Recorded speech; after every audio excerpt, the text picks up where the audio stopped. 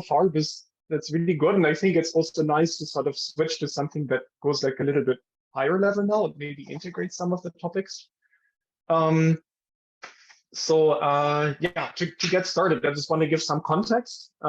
Context maybe is a good keyword because transcriptional regulation in the past couple of years, I think, has been put into a slightly different spatial context and compartmentalized context. So I think gene regulation, classically, we think about it often in terms of which enzymes, which complexes, which enhancers, which promoters, which gene, which splicing, etc. But I think another way to think about it is where do these things happen and what is separate and what comes together. So definitely, you probably have in mind that enhancers and promoters have to come together. And recently, there's a suggestion that this is based on sort of dynamic condensates, maybe having some liquid phase properties and so forth. And you would have specific spatially confined clusters that contain enhancers, promoters, the recruited Pol II, importantly, so you can detect this by phosphorylation. And this is where the regulation and decision whether a gene gets transcribed or doesn't get transcribed or even gets repressed is taken. Once it is decided that the gene should be actually undergoing transcription and you have RNA elongation, this would happen in a different type of condensate that is more transient and also spatially separate, still very dynamic. So it gets built when you need it and it falls apart again when you don't need it any longer. And it contains, amongst many other things, elongating RNA polymerase II that you can also detect by a different phosphorylation state. So these phosphorylation states are important, keep them in mind. And the concept that is important is that you can actually spatially separate things, they can come together, go apart, and that this seems to be quite essential to enhancer-based gene regulation. The system in which we investigate this, the majority of time, is the zebrafish embryo. I quite like it as a microscopist because it's transparent, it's easy to mount, it's huge. So it's very good to carry out microscopy. It's also a vertebrate embryo that has been laid on the morning of the same day you investigated. So I think it's very trustworthy, maybe more than a cell cancer line that has been in culture for 20 years. So you can see here on the left side how it looks in the pluripotent stage of development. If you look by super resolution microscopy, this is a single nucleus. You can see that this recruited Pol II indeed makes very, very prominent and very complex shaped clusters inside. So I think in terms of spatial organization and compartmentalization, there's a lot to investigate in this system. And we have done so. One thing that we found is that we can actually use a physical theory of so-called surface condensation, which describes how recruited Pol II regulatory factors come together. It makes sort of local condensates, specifically at sites where super enhancers that are developmentally important are localized. So this is where like one type of condensate can be instantiated. Then as the genes get elongated, they actually get pushed out of these condensates. I'm not going to dwell on the theory. If you want to know all about it, that's the paper. Instead, we will go to microscopist obsession, which was, yeah, let's look at the same things that we already have in live imaging in our confocal microscope, and just see how much faster can we make it? How fast can we image these things and maybe see how they change on a second scale. So the technical approach in the experiment we use are actually antibody fragments. You can inject them into the embryos. They can locally and temporally detect this serine 5 phosphorylation, so the mark that tells you that the Pol II is recruited. And you can also see that these clusters occur inside of the nuclei, inside of the intact live embryos. Now, this is a high quality image, or how we would typically record. If you're willing to sacrifice signal to noise, you can record much faster. So this would be 200 milliseconds. Here we're down to 10 milliseconds exposure time, so about 20 times faster than usual.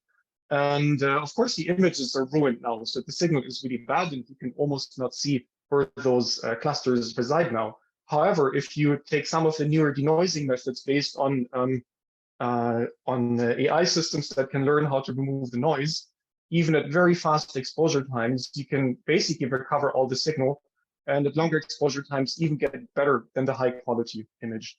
So we developed a couple of metrics that I will not talk about, but they give you the optimum of how much you can reduce the time, what spatial resolution you get, that the images are reliable, how far you can trust them, etc. And you can pick precisely the time for your specific application. That's been done by Hamida Hajiabadi, Irina Mamontova, 2 PhD students. The technical details, and if you want to implement it, is in this paper. And here, noise to void is the basic underlying denoising method. In any case, what you want to take away from this is you can make your imaging 10 times faster than usual, and this gets you to the second scale. So you can look at the behavior of these transcriptional clusters on the scale of seconds. And this is what we're going to do. Here's one of those clusters inside of the live zebrafish embryo. Keeping a look at the time here. And you can see that we, with this approach, every 2 seconds, we can get a complete 3D volumetric stack of one of these clusters, and we can basically follow it through time here. I'm showing only one channel. In fact, we have 2 channels that are recorded. So we have here intensity channel for recruited Pol II at this cluster. In the second channel that's not shown, we also have the intensity levels of the elongating Pol II with 2 of these antibody fragments labeled in 2 different colors, but recorded on 2 different cameras at the same time. So with this, you have the regulatory state inside of a cluster like this one. I also showed you all these crazy shapes. So you can also ask about shape. And you can, for example, see sometimes the clusters are quite round. Sometimes they're somewhat elongated, like a long cigar or airship. And you can also see that sometimes they get indentations like here. The indentation you can see on a quantitative level by a reduced solidity. So both elongation and solidity are here. So if this goes down, it means we have sort of unfolded clusters with little indentations. If it's high, they're very round and plump. You see that actually at 2-second time scale, we have a lot of fluctuations in these measures. So the activation, elongation level goes up and down quite a bit on the second time scale. And the clusters also reshape all the time. So it's extremely rich behavior that you can uncover if you go to this scale of time resolution. Now, these fluctuations and all of this happening at once, I think for the human brain is a bit much to take and just to interpret it directly. So we went ahead and used something called a cross-correlation analysis. In very rough terms, what it tells you is how all of these different variables that we can quantify are related to each other at the time 0, but you can also shift things towards one another. So you can, for example, see that initially about 10 seconds before a event, recruitment goes high, then it does go down. But here, for example, the elongation, so transcription activity, a couple seconds later, systematically goes up after recruitment. Again, not going to go into too much detail, just to mention the person who was involved in this analysis and give you the main takeaway. Because we had to look at those graphs for about 3 months, and then we arrived at this image. We found no other solution to put the data into a picture. What you get from this is that at the second scale, you can actually get a very stereotypic behavior, which happens on the one hand side in terms of the levels of recruitment and transcript elongation, where first distinct recruitment of Pol II to such a cluster is happening. So you have more Pol II being gotten ready. And about 5-7 seconds later, a lot of it is converted into actually active elongating Pol II. And after another 5, 10, 15 seconds, all of this calms down again. So it's a very transient, very quick event. And this event on the chemical or regulatory level is at the same time mirrored in the shape of the cluster. So you can see that the cluster somewhat grows with the recruitment and it gets much rounder than usual. And as we transition from recruitment here into elongation, the cluster actually gets unfolded and frizzy and open. So it's getting kind of dispersed. But again, this is very transient. So a couple of seconds later, all of this returns to normal, calms down again, and the event is over.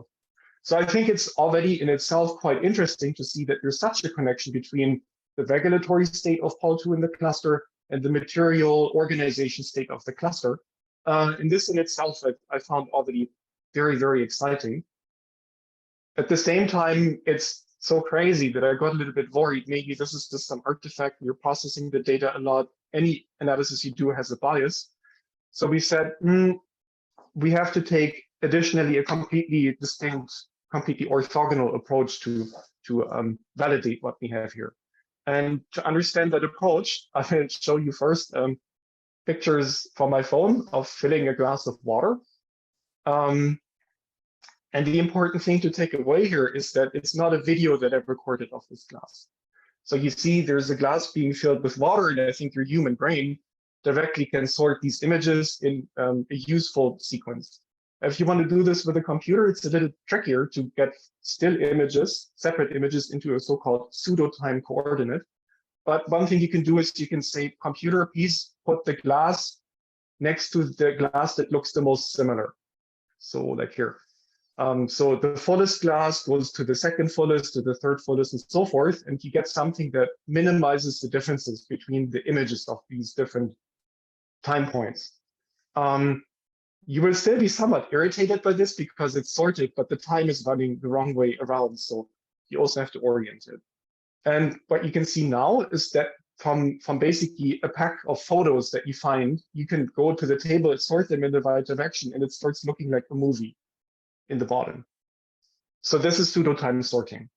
Of course, you don't want to talk about water glasses, but you want to talk about Pol II clusters and genes. So that's what we're going to do. We went ahead and fixed the embryos and did immunofluorescence staining for the 2 marks that you have seen before. So again, 1 nucleus, recruited Pol II, elongating Pol II by immunofluorescence, not so complicated to do. What we add is that we have now in situ hybridization staining for a gene of interest. So we stained a couple of embryonically expressed genes and then see how do they actually interact with these clusters, do they come close, do they not come close, and so forth, and see how genes actually would interact with these clusters in terms of being activated. Quickly, what we have to establish here is what I call a unit of observation, or an observation instance. You go first by detecting one of these genes labeled by this oligopaint in situ hybridization. You can also get at the gene the recruitment level and elongation level of Pol II. You can go around, look at all the clusters in vicinity, and take the one that's closest, the so-called nearest neighbor in space, connect it. So you have the cluster that this gene is most likely interacting with. And for this cluster, you can also get, again, the Pol II state, but you can also get the volume, the elongation, the shape elongation of the cluster, and also the solidity, which we talked about before. And then you can put this together into one observation. And in the end, you end up with a couple hundred of these observations, which you can sort in time based on similarity, just like the water glass. This is what we have here. Again, I'll just take a quick look. We're doing okay. So first, before I show the quantitative analysis, here's one example visual output of such an analysis. You have here displayed in one image in magenta, in the center, they're always put in the center for visual ease, the Pol II cluster that sits here. In green, you have the oligopaint labeled so-called visitor gene, or KLF2B, zebrafish embryonically expressed gene. And you can see the center of the gene, the center of the cluster, and you also have this white connecting line, which tells you these are the nearest neighbors that have been connected. And here, lowercase s, close to 0, is the pseudo-time coordinate, which increases from left to right. So you can see here, the gene is still a little bit shy and maybe is eyeing the cluster and not doing so much yet. But if you wait a little bit longer and you go about halfway in this pseudo-time coordinate, you can see, okay, they're getting accustomed to each other, and actually the gene goes and immerses fully into this cluster. And you can also see that the cluster is growing, which we already observed before, and we see it here again. As we proceed, the gene actually undergoes activation. It's again in the 3rd color channel, which I'm not showing, but this is where the serine 2-phos or elongation level is high. The cluster is basically exploding apart. The gene is being released and moves away, and we get back to the beginning where the cluster is alone, the gene is far away, and we can start the whole thing over. So this is on a visual level. You can, of course, also get now everything on a quantitative level with a couple hundred observation pairs. You have the distance between the gene and the cluster. You have here the regulatory state of the cluster is measured before. You have the shape elongation of the cluster. You have the solidity of the cluster. So you basically have now a pseudo-time representation of all the quantifiers that we also got out in the live imaging before. And you can do the cross-correlation analysis, giving you these curves. So again, I'll not interpret them in detail, but I will place them next to the ones from live imaging, because now we have an extremely information-rich representation, how everything in this process is coordinated. And we can compare, for example, this peak here. Yeah, it does occur again. The valley is also following here. Here you see this peak in the elongation activity, which you also see in the live imaging. This valley here, you have it reproduced here. So this is the point where I said, okay, we can begin to maybe trust the results of both methods because they're completely independent. They come around, they're pretty crazy computationally speaking. They come together and give you the same result. So I think it's beginning that I maybe give this some trust. In any case, if all the data and methods and whatnot is a little bit confusing, worry not. Here's a sketch of what we take away as sort of the consensus model from the data that we have seen, which is this gene cluster interaction cycle. And basically it tells you that some of the embryonic genes, not all of them, visit clusters for transcriptional activation and how this process runs in detail, what it does to the clusters, how this process actually unfolds. So initially, you would have this gene which is not induced yet, and you have a cluster forming at the super enhancer region in the genome here, which is coated with this recruited Pol II and friends condensate that sits on it. The gene gets induced, gets a tiny, tiny bit of the same substance, which allows it to stick to this cluster here, contribute to its size, make it round up a little bit, and then the gene is basically poised inside the cluster, ready to be activated. And if it does undergo pause release, it becomes transcribed. It's actually no longer happy inside of this cluster, just the material properties change and it gets expelled from it. This expulsion process is extremely disturbing to the cluster. So it gets unfolded, uneasy, and fuzzy. To let this gene come out into its like own tiny, tiny pocket here. And as the gene gets too active, it just has to get kicked out. So here, lots of RNA production, the gene is separate, the cluster comes back to the initial state, and the cycle can start over. And this is not completely new and actually matches up with existing models of gene enhancer interaction. One is called the hit and run model, come, get activated, leave, and then get transcribed. And more specifically, it supports this condensate hit and run model. Read all about it here. I think it's a really good review. And take care, this doesn't apply for all embryonic genes. And as we're doing okay for time, how this applies to different embryonic genes or not is also the part that's the unpublished outlook work here. So another beautiful thing about embryos is that they spontaneously develop, so you don't really have to do anything, you just have to pick them at the right time. You can do visual staging like you can see here. So for example, you have a stage of pluripotency. That's the stage we investigated so far, but you can also just collect a little bit earlier. You're in the time of genome activation, just finishing, or you have here cell lineage specification setting in. And of course, these processes are connected to massive changes in gene expression, and maybe they're also connected to changes in how the genes visit the clusters. So that's where we start off here. I mentioned before that we looked at several genes. So another gene other than KLF2B is, for example, FOXD5. So you can see for FOXD5, the contact percentage, so how many of the observation pairs does the gene actually touch the cluster?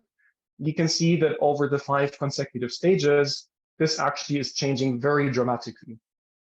Not only the contact percentage is changing, but also the regulatory state. So from the same images as I've shown, you can quantify the level of Pol II recruitment and the level of elongation that is happening at the gene that is interacting with clusters.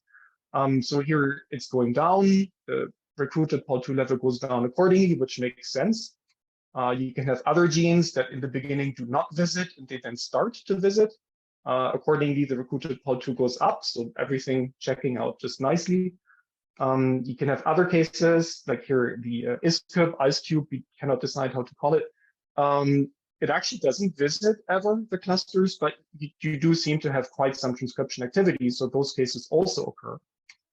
Or you have more complex cases, like here, actually relatively low level of contact. Nevertheless, at this stage of development, very high levels of recruitment, so probably a very, very transient but strong and important visit to the cluster. which goes hand in hand with very high transcription activity, and all sorts of other cases. So we have 8 genes in the data set. We're just going through that now. This will also be the last slide with actual content.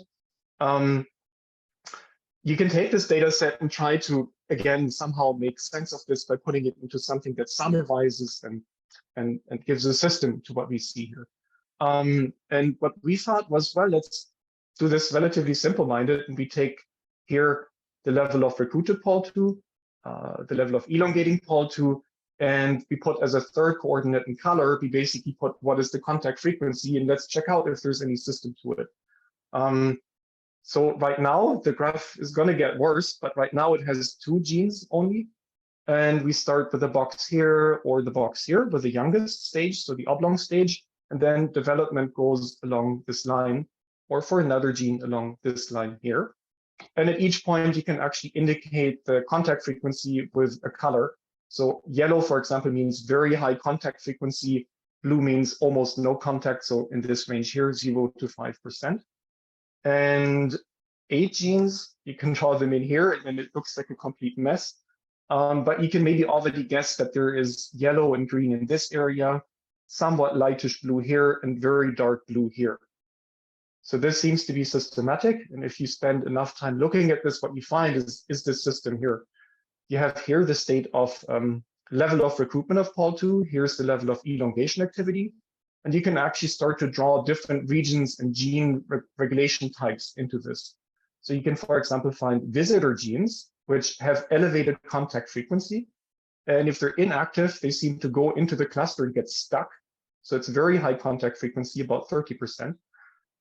They can go to the cluster, get activated and leave. Then yes, they do have contact. It's transient, so it's not so high. But you also have non-visitor genes, which can be active or can be inactive, both. But they don't actually get in contact with the cluster. So it's cluster-independent regulation, as I was alluding to before. Like I said, it's ongoing work. So there's a number of team members involved in this, who I'm just flashing here to get this talk finished. And yeah, so here's the summary. Again, you can post anything about this as you want. Here is this wonderful interaction cycle of the visitor gene. Takeaway is some embryonic genes get activated by transient visits to transcriptional clusters.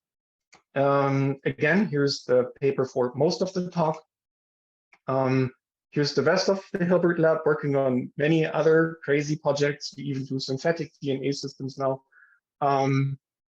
So I just can show one project today.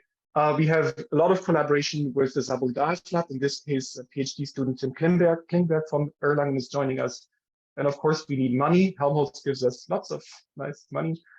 GFG also occasionally gives us money, which is very nice. And also, especially for this project, Hamide, she's funded through the Hits for Health Helmholtz Graduate School. Yeah, that's it. Thanks.